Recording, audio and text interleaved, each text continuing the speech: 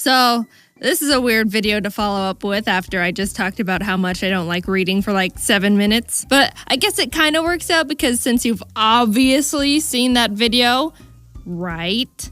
We don't have to talk about my tragic reading backstory that's left me in soul-crushing shambles. So what book could someone like me who's been forever ruined from the past haunting memories of reading call a favorite? Harry Potter? Lord of the Rings?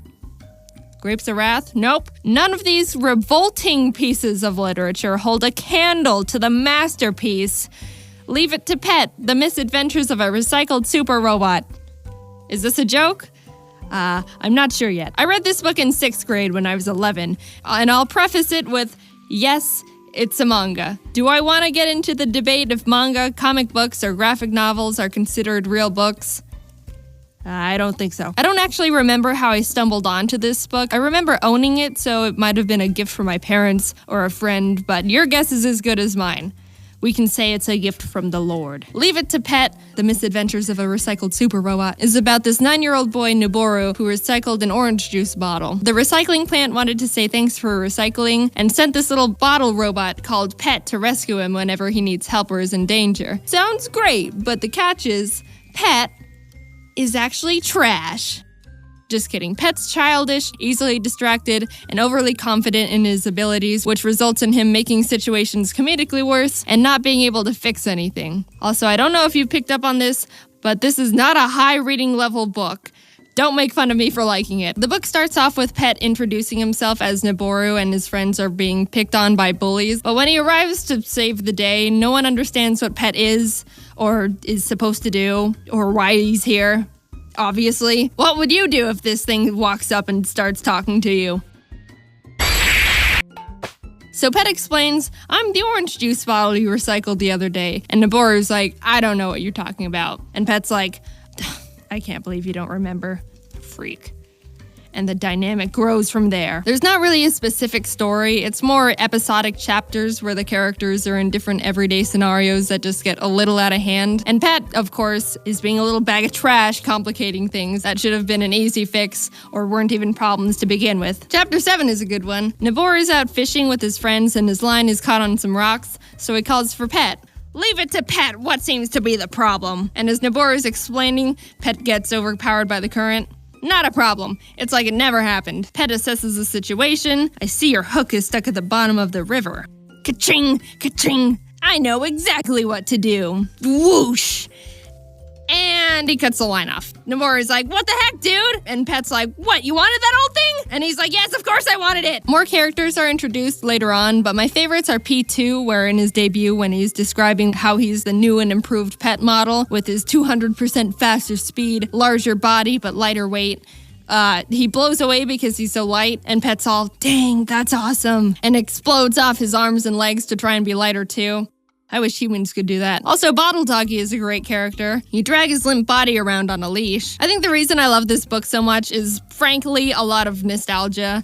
Not sure a 20-something-year-old would pick this up and deeply connect with Bottle Doggy's character arc. But the author, Sonishi Kenji, also created, in my opinion, a really cute little knucklehead I just want to have in my life, and 11-year-old me was obsessed with. Pet became one of my favorite characters for a bit, and I would draw him all the time. In class, we had our desks arranged in groups, and I had a bit of open space on the side because my desk was on the corner. So I drew a little Pet and stuck him on the side for the world to see how much of a stan I was.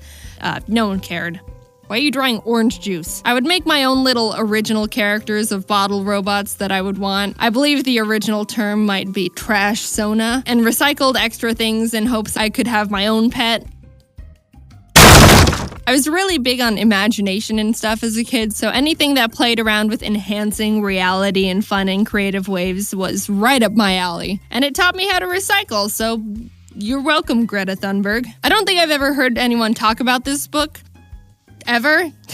It seems like it slipped under the radar for some reason. And I think it deserves more love because the humor in it was suitable for 11-year-old me, and I bought the book to read through again, and the humor is still suitable for me. So either it's fun for all ages, or I haven't mentally progressed since grade 6. Of course, naturally, there's nothing wrong with having things targeted towards certain age groups, But I think there should just be more things like Pet, The Misadventures of a Recycled Super Robot, bringing families and people of all ages together with his charm, froggy hat, and massive glistening samurai muscles. I'm telling you, there's something in here for everyone. Sure, the story is pretty simple, but the humor, which I always value the most, is great for all ages and doesn't try to dumb anything down to baby younger readers. I think it's easy to think kids are children until they're not, but they're still people and can tell when they're being talked down to.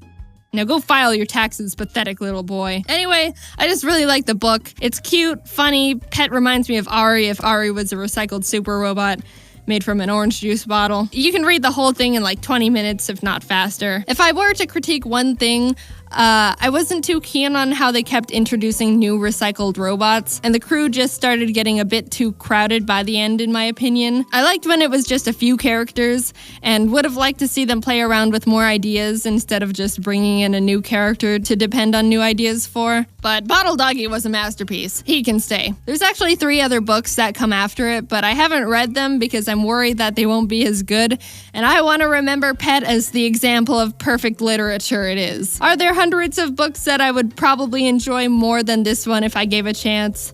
Yes. But am I still gonna end the video without giving a reasonable explanation for me not trying to find them? Yep.